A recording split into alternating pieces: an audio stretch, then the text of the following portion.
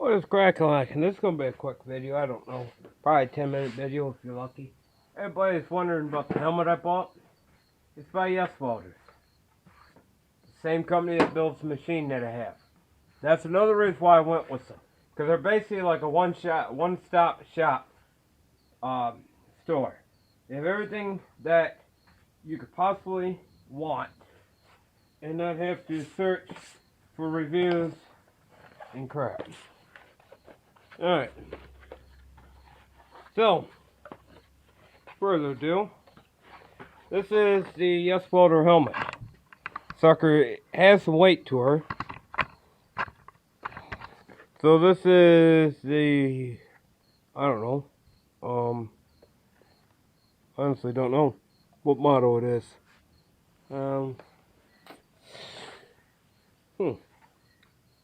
Well, I'll let you guys look at this for a second. I have the documentation on it. Give me a second.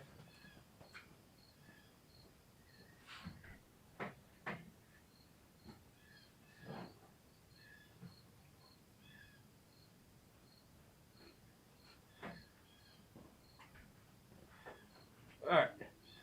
This is the LYG-Q800D series helmet. So I'm assuming the 2.5 means version 2.5. I'm assuming this is your panoramic view. Okay. Now this helmet and we have a love-hate relationship. Actually, if you guys can't tell, this helmet has been used. Unlike a lot of the other YouTubers. See? That poor helmet has been abused and used. See? I don't hide anything from you guys. But I can verify and tell you one thing. I like this helmet.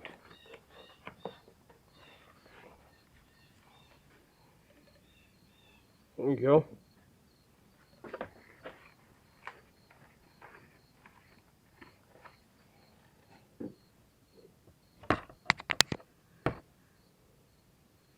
You got your side view.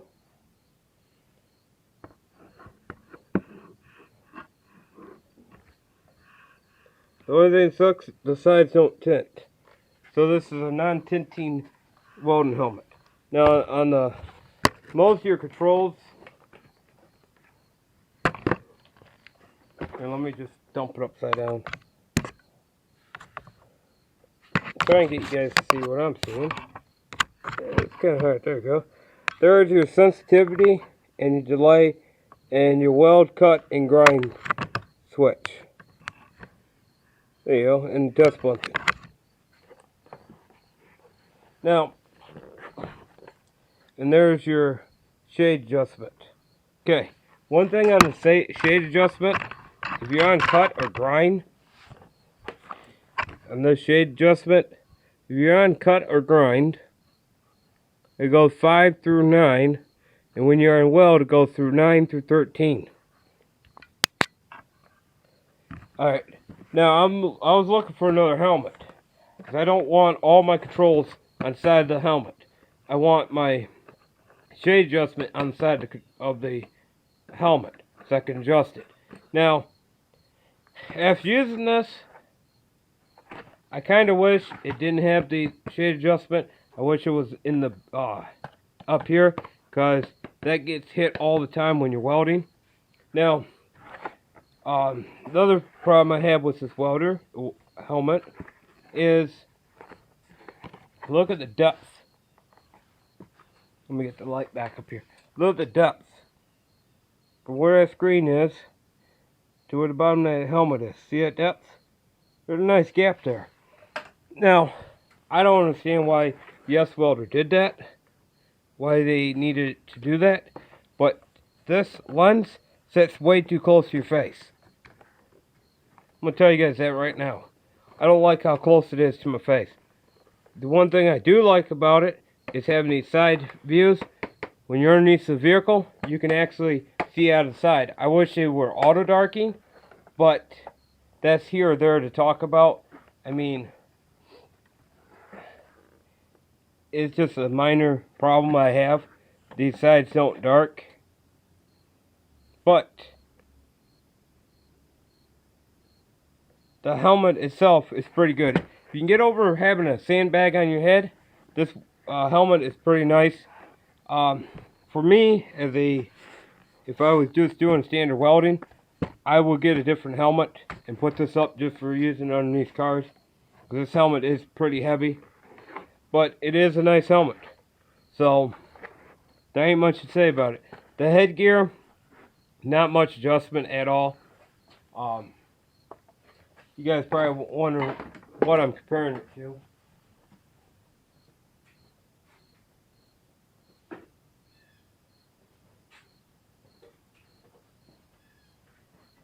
Now, compared to this is just a fixed helmet. Now you see how close you are here? Here to here.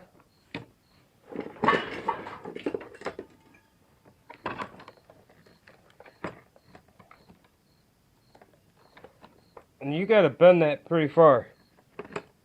That is the problem I have. It's just trying to get that adjusted. I don't know how well you guys see that. See, I can have that pretty tilted far. See how the headband ain't interfering with the screen? Well, here's this one. There's my problem.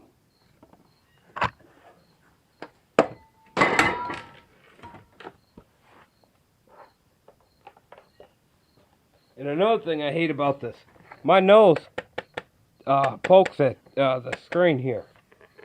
And I've done everything. I've got this helmet all adjusted, and I'm trying to pull it away from my nose. I cannot get this helmet pulled away from my nose.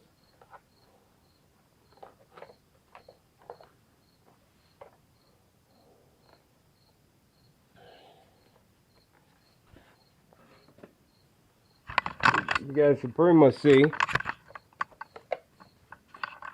how much chin gap you got.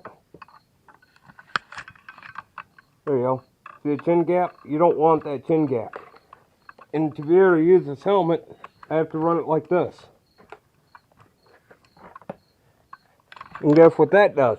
Crams the helmet right into my face. Compare this to my other one.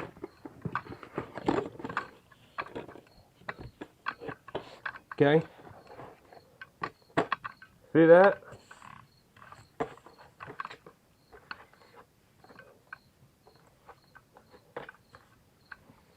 Yeah, there is a big difference between these two helmets.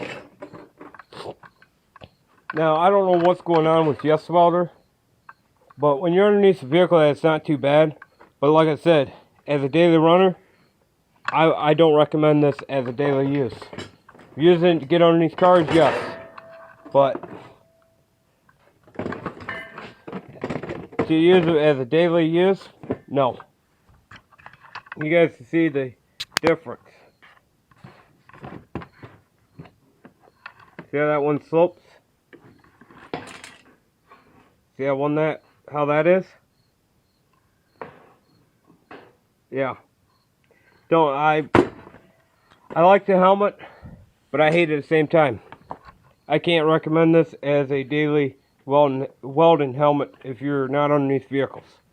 Good welding helmet for cars, but sucks for daily welding because of how close your face is to that screen. So, yeah, that is the ugly truth about a welding helmet. Alright, so, further ado, you pick what you want to pick. So this is a LYG-Q800 series with panoramic view. Me personally, if you're using it as a daily welding helmet, do it. If not, stay away from it. I'm going to tell you guys now.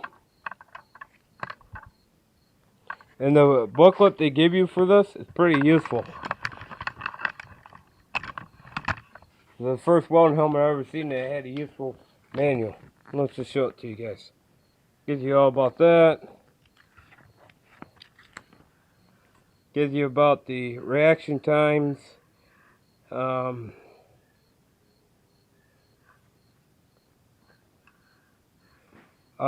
Your main viewing window is 4 by 3 1/4, 4 inch by 3 1/4 inch.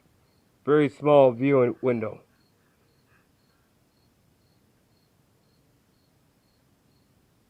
Okay, my bad on the grind mode. Weld mode, like I said, 9 to 13. Light status number 4. So that's when it's not on, it's a number 4. Cut mode 5 through 9. And then grind mode is just number 4. It's got an automatic shut off shuts the lens off after 15-20 minutes after the last arc is striked. It's got a low battery indication, which is a red LED.